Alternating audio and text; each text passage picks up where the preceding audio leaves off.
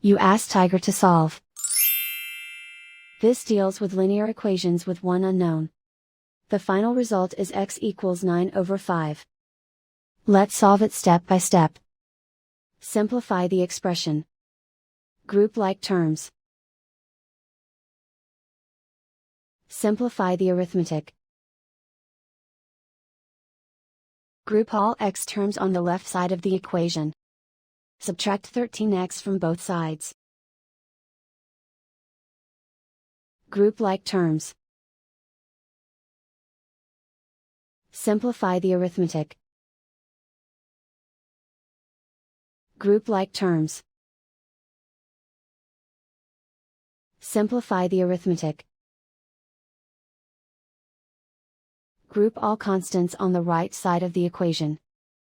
Add 6 to both sides. Simplify the arithmetic.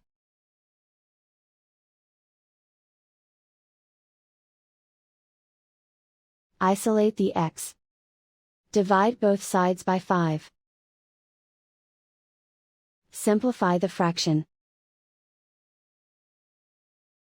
And so the final result is x equals 9/5.